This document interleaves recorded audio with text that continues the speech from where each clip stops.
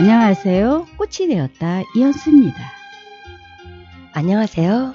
꽃이 되었다 오세미입니다. 가을이 다가오고 있네요.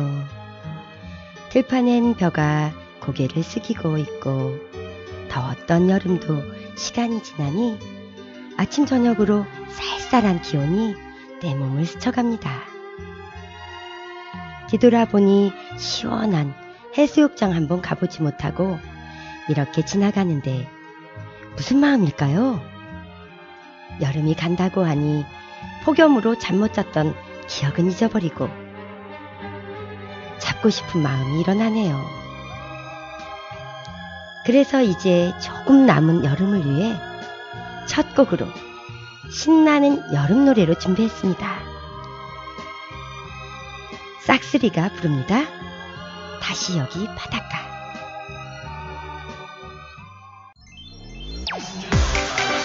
Yeah. Woo. Yeah, yeah, yeah. 싹쓸이 in the house. Come on. 싹 3, 2, 1. Woo.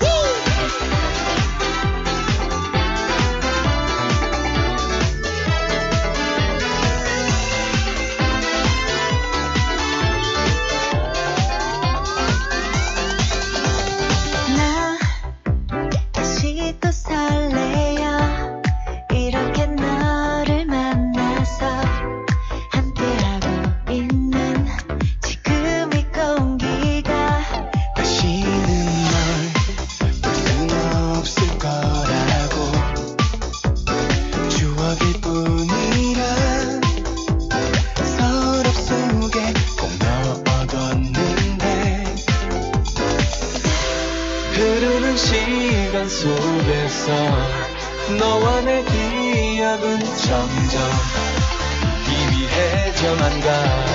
끝난 줄 알았어. 지난 여름 바닷가 너와 나 단둘이 파도에 취해서 노래하며 같은 꿈을 꾸었지.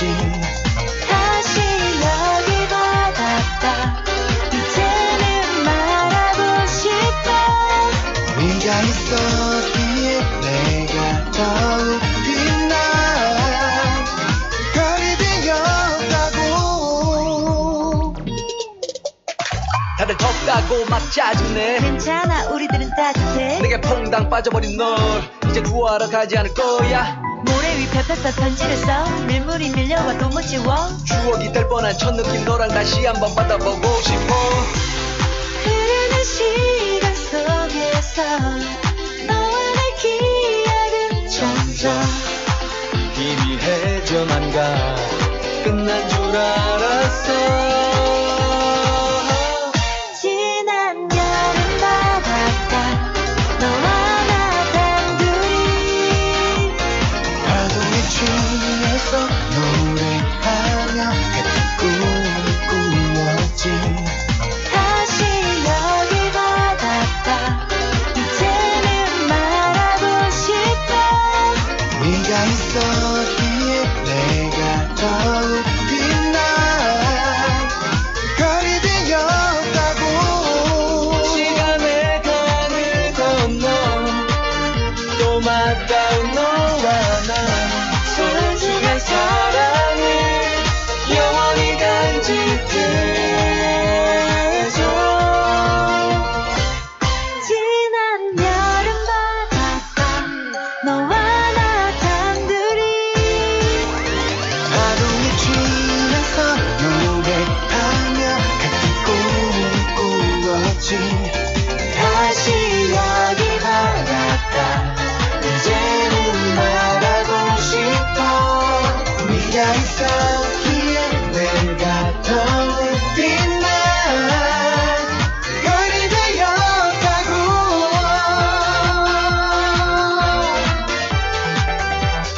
Oh, yeah, yeah.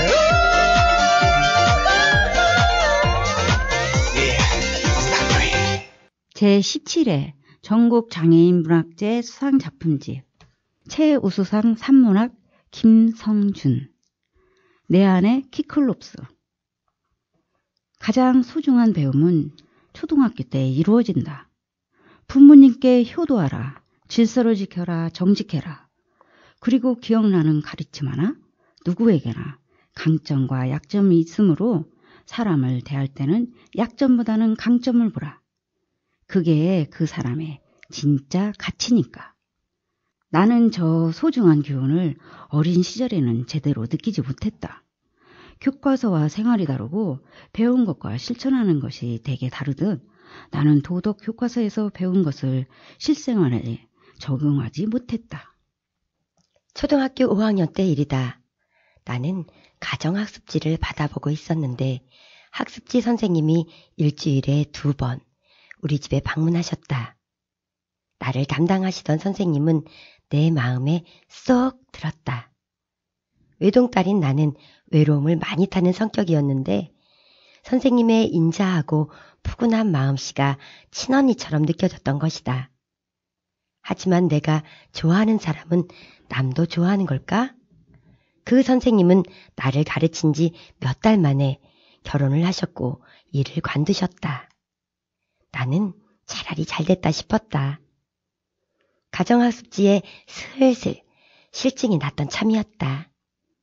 이걸 핑계로 학습지를 그만둘 생각이었다.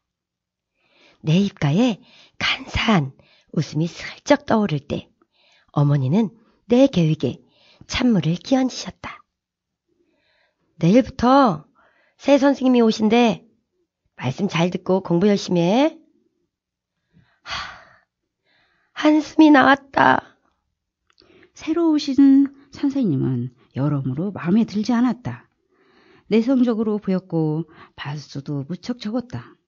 정말 할 말만 하시는 스타일이었다. 막 사춘기에 초입해서 혼란을 느끼던 내게는 나의 고민에 공감해주고 내 말을 들어줄 언니가 필요했다. 부모님께 털어놓지 못하는 고민을 들어줄 그런 존재 말이다. 하지만 새 선생님은 언니보다는 훈장 스타일이었다. 그것만으로 그 선생님이 싫었다. 시간은 또 얼마나 정확하신지 단 1분도 늦으신 적이 없다.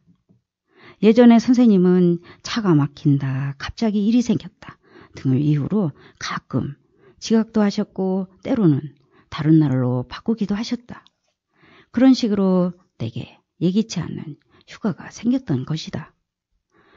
하지만 새 선생님은 행동 하나하나까지 학습지처럼 캐캐묵은 융통성이 없어 보였다. 내가 수업 중에 딴소리를 하려고 하면 듣는 척도 않고 연필로 학습지를 툭툭 때리셨다. 그것만 쳐다보라는 것이다. 나는 학습지 시간이 점점 갑갑해졌다. 수다를 떨며 시간을 보내기는커녕 할애된 시간을 몽땅 공부에만 써야 했기 때문이다.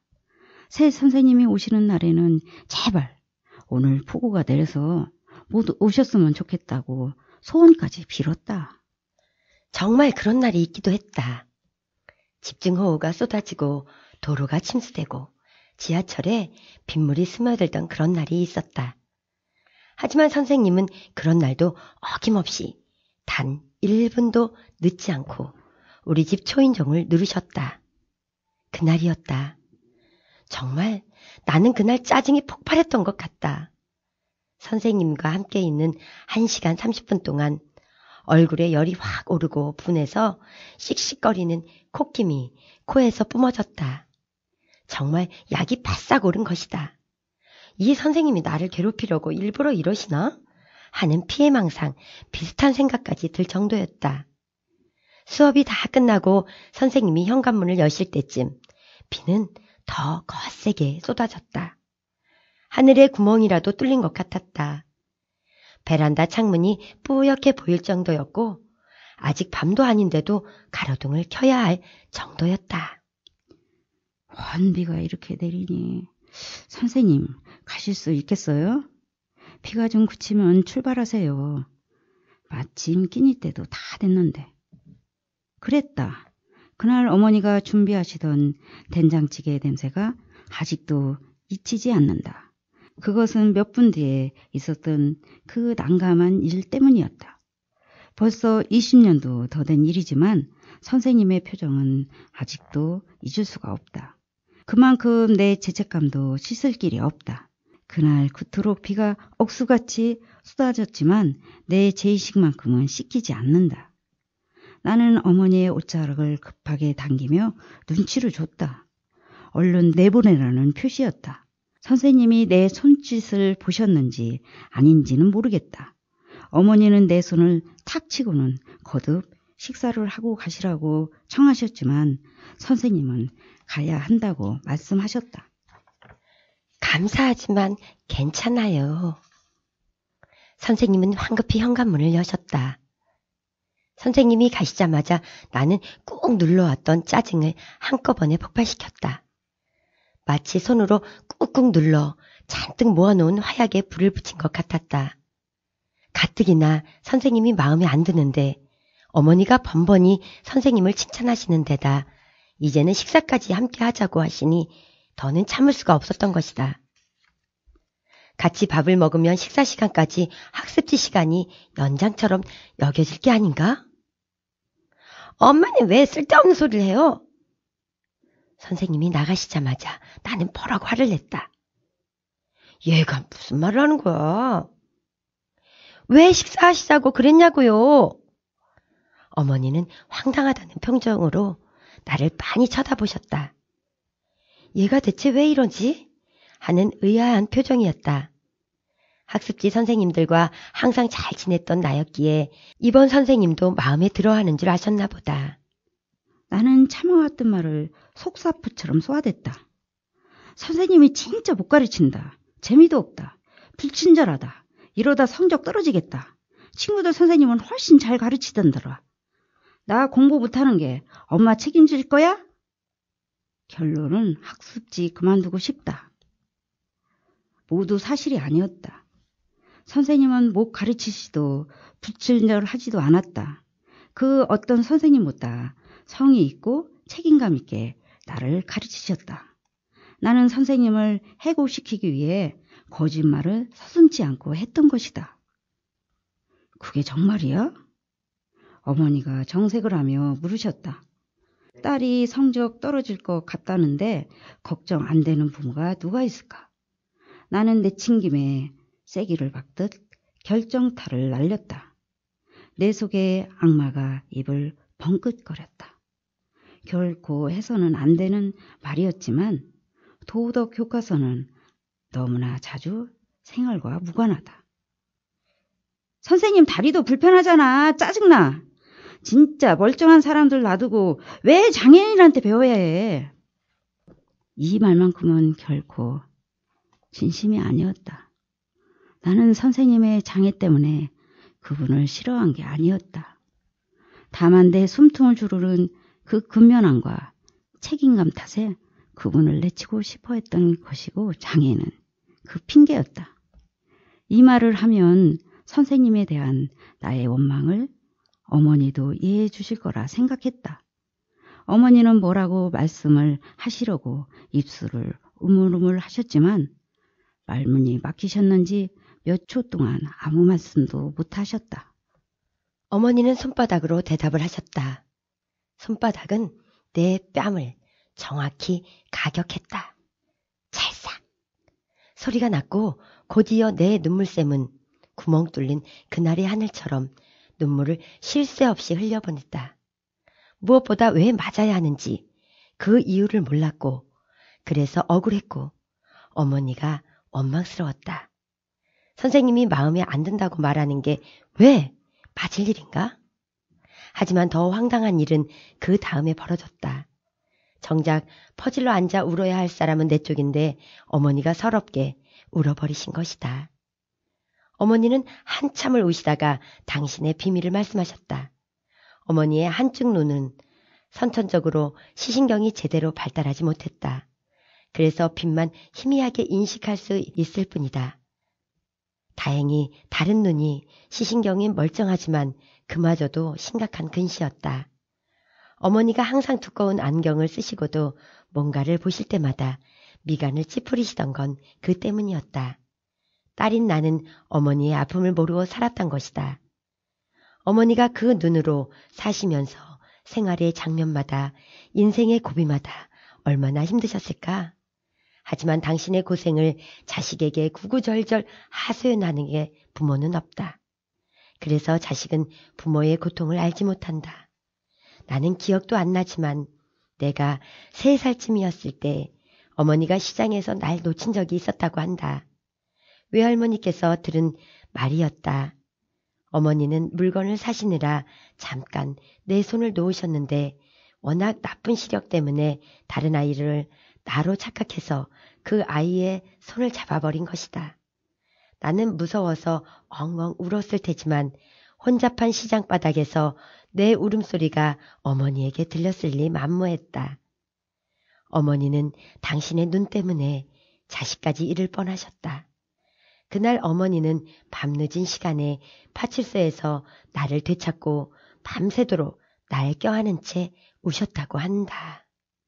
생각해보면 어머니는 모든 일을 본인의 잘못으로 돌리시곤 했다. 소금을 미원으로 착각해서 음식을 망쳤을 때도, 손빨래에 해야 할 옷을 세탁기에 돌려서 옷감을 망쳤을 때도 어머니는 심하게 자책하셨다. 장애를 가졌다는 건 본인 잘못도 아닌 일을 본인 탓으로 돌려 하는 걸 의미했다. 어머니는 동병상련 심정으로 선생님을 바라보셨던 것이다. 그래서 어떤 이의 장애보다는 그의 본질을, 단점보다는 장점을 더 보고자 하신 건지도 모르겠다. 나는 어머니의 울음에 당황하고 죄송해서 어쩔 줄 몰랐다. 어머니가 서럽게 우시고 나도 벌겋게 달아오른 뺨도 잊은 채 훌쩍거리며 울었다. 창밖엔 여전히 비가 억수같이 내리고 있었고 어머니가 끓여놓으신 된장찌개가 다 식고 있었다. 다음 날은 선생님을 뵙는 날이 아니었다. 비는 그쳤고 하늘은 화창하게 갰다. 어머니와 나의 기분도 풀렸다. 학교 가려고 나서는데 어머니가 우선 하나를 가리키며 처음 보는 우산인데 내 거냐고 물으셨다. 낯선 우산이었기에 우리는 고개를 갸우뚱했다. 나는 등굣길에 재촉해야 했기에 무심코 나와버렸다. 내 등 뒤에서 아 하는 어머니의 긴 탄식이 들렸다. 학교 후에 안 일이지만 그것은 선생님의 우산이었다. 선생님은 급히 나가시느라 깜빡하고 우산을 두고 나가셨던 것이다. 잠깐 깜빡한다 해도 밖에 비가 무진장 쏟아졌기에 당연히 우리 집에 다시 오셔서 우산을 가져가셔야 했다. 아마 선생님은 우리 집 초인종을 다시 누르려 하셨을 것이다. 하지만 집 안에서 들리는 내 목소리, 선생님을 비난하고 장애를 탓하는 내 철없는 투정을 들으셨던 것이고 차마 초인종을 못 누르셨으리라. 그날 선생님이 불편한 다리로 아파트 단지 내의 슈퍼마켓까지 비를 맞고 걸어가셔서 새 우산을 사셨는지 아니면 그대로 비를 맞고 가셨는지는 알 길이 없다. 큰 단지라서 아파트 상가는 우리 아파트에서 꽤 먼 데다 선생님은 그 위치를 모르실 수도 있었다.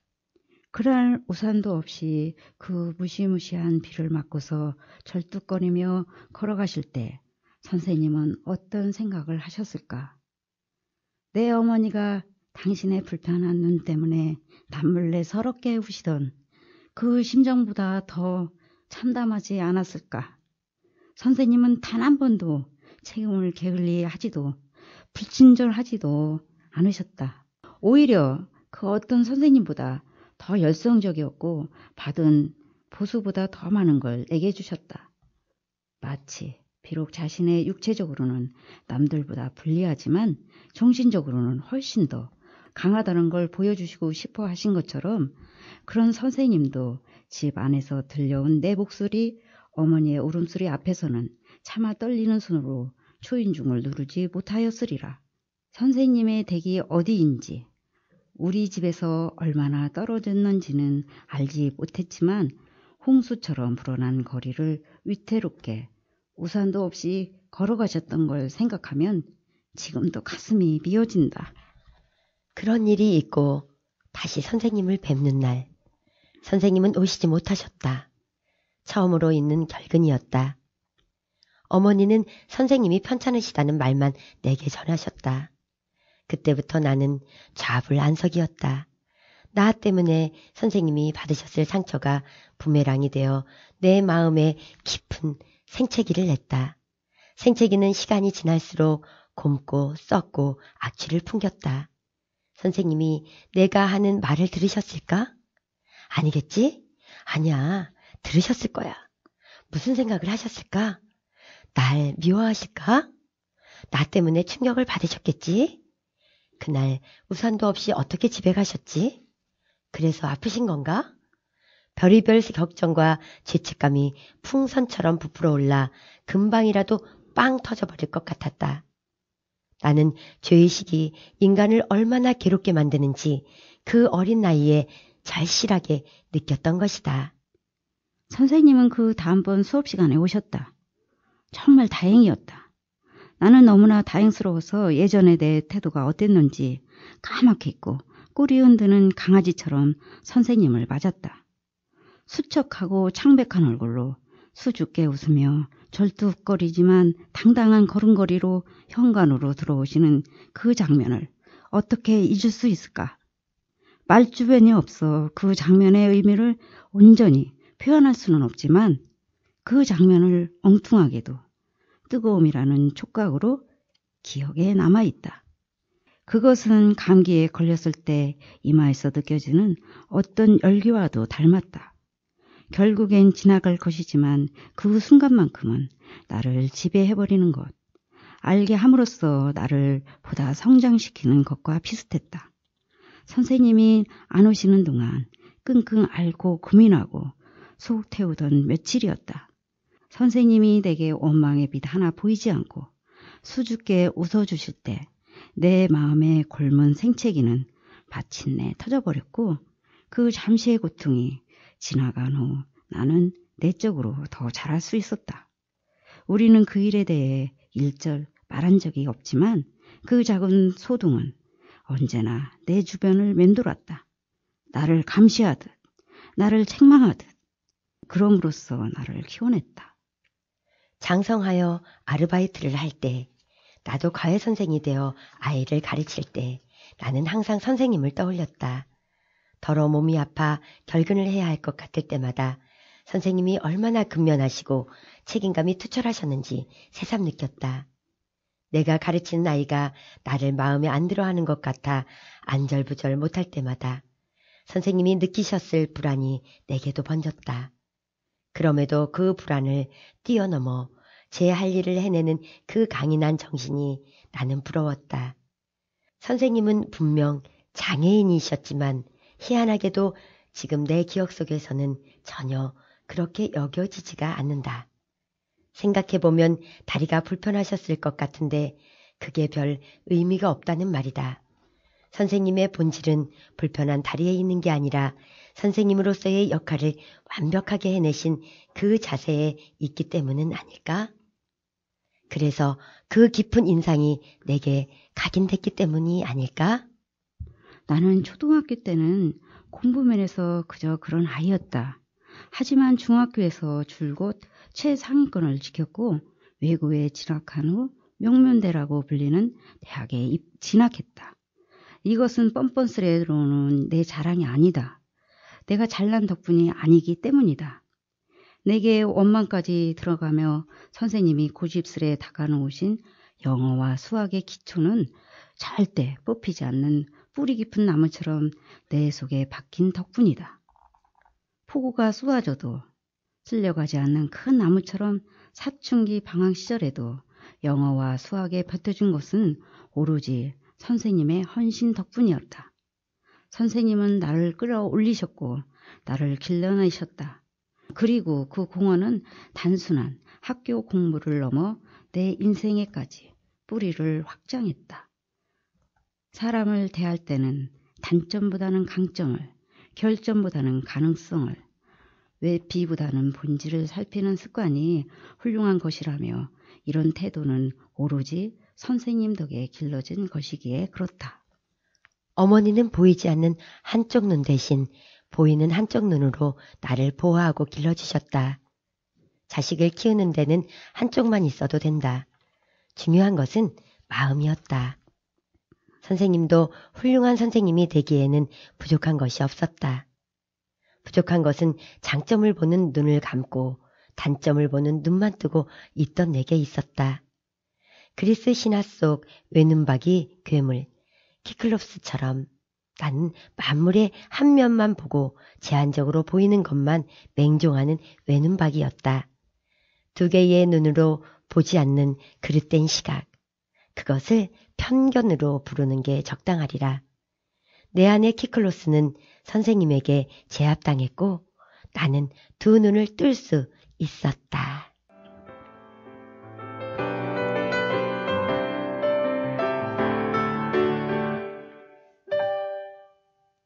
어릴 때는 철이 없기도 하고 모르는 게 많아서 말실수를 하면서 잘하는데 이 글을 쓴 작가님은 아주 크게 실언을 해서 그래서 더 아팠고 아픈 만큼 더 크게 성장하여 바르고 정직한 어른이 되었습니다.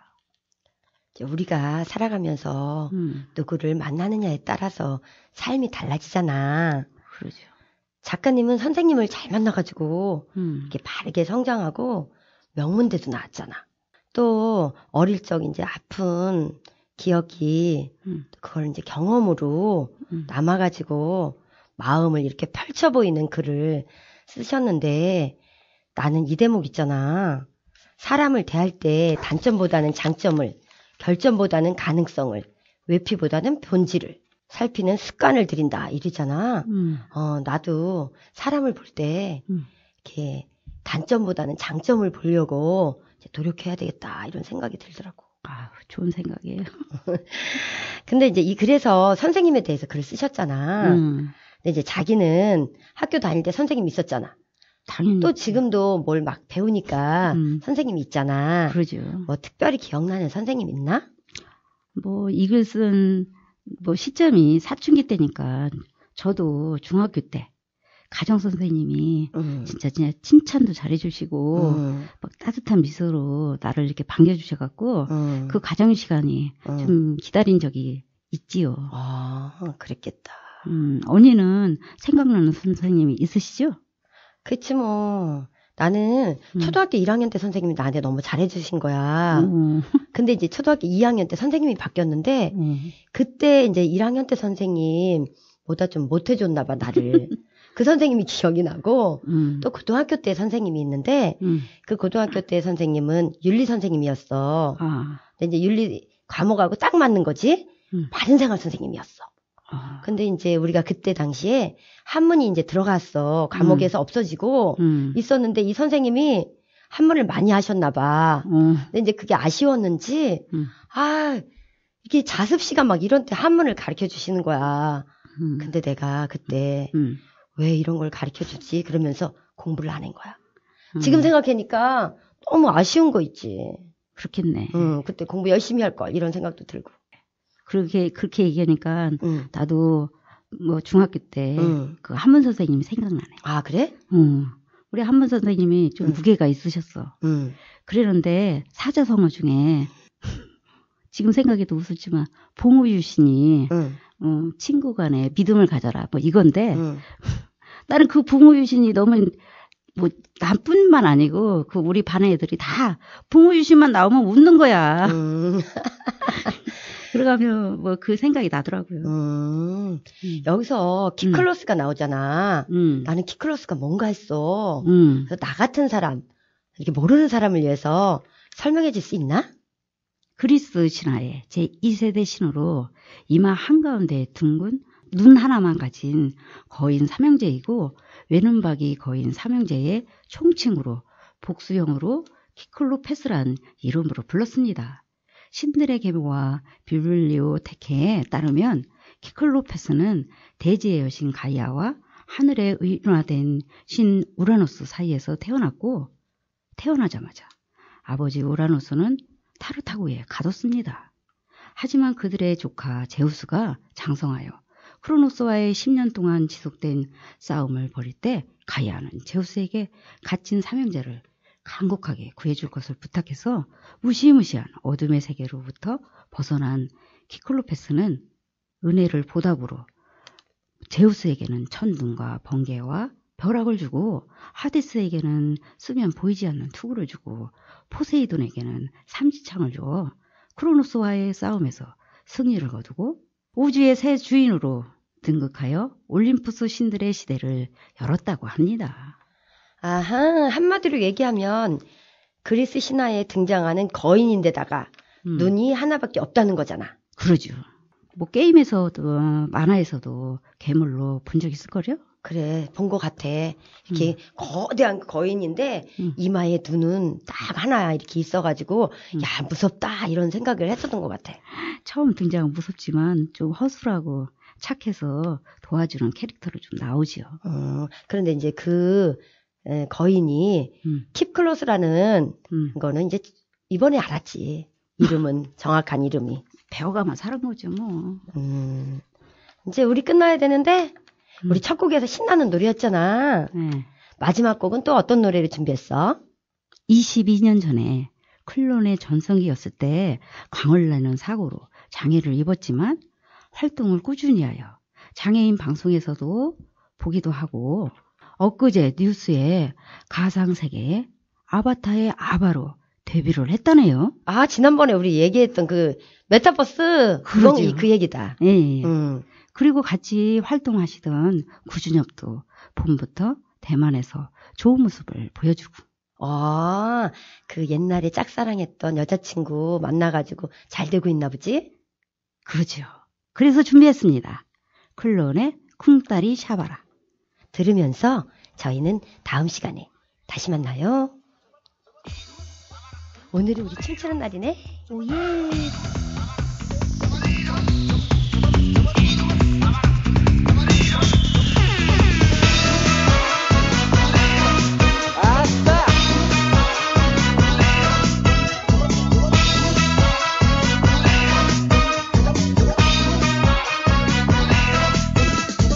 마음이 울적하고 답답할 땐 산으로 올라가 소리를 한번 질러봐. 나처럼 이렇게 가슴을 펴고 쿵따리 샤바라 빠빠빠빠. 누구나 세상을 살다 보면 마음먹은 대로 되지 않을 때가 있어. 그럴 땐 나처럼 노래를 불러. 뭐라고요? 쿵따리 샤바라 빠빠빠빠. 기쁨과 슬픔이 엇갈리고 짜증과 용기가 교차되고 만나가 이별 나누면서 이렇게 우리는 살아가고 뜻대로 되지 않을 때도 있고 맘먹은 대로 될 때도 있어. 다 그런 걸 누구나 세상이 그렇게 돌아가니까 그렇게 사는 거야. 이리가 엇갈리는 세상 속에서 내일이 다시 찾아오기에 우리는 희망을 안고 사는 거야. 마음대로 일이 되지 않을 때 하던 일을 멈추고 여행을 떠나봐. 바다를 찾아가 소리를 질러봐. 쿵따리 샤바라 빠빠빠빠.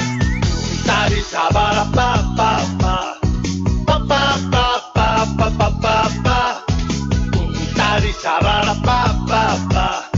빠빠빠빠빠빠빠빠. 허이야.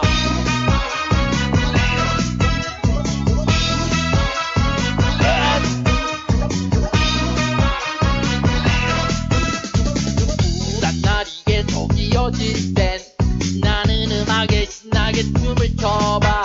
나처럼 이렇게 리듬에 맞춰 쿵따리 샤바라 빠빠빠빠. 누구나 괴로운 일은 있는 것. 한 가지 생각에 너무 집착하지 마. 그럴 땐 나처럼 뚝뚝 설면서 쿵따리 샤바라 빠빠빠빠.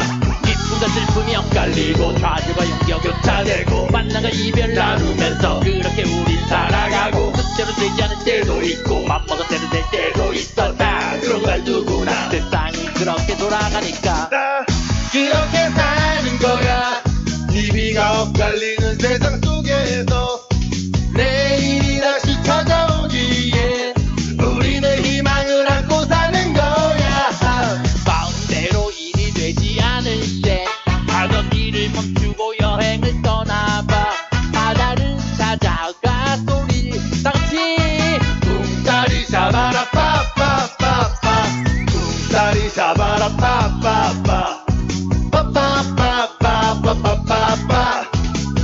자리 잡아라 빠빠빠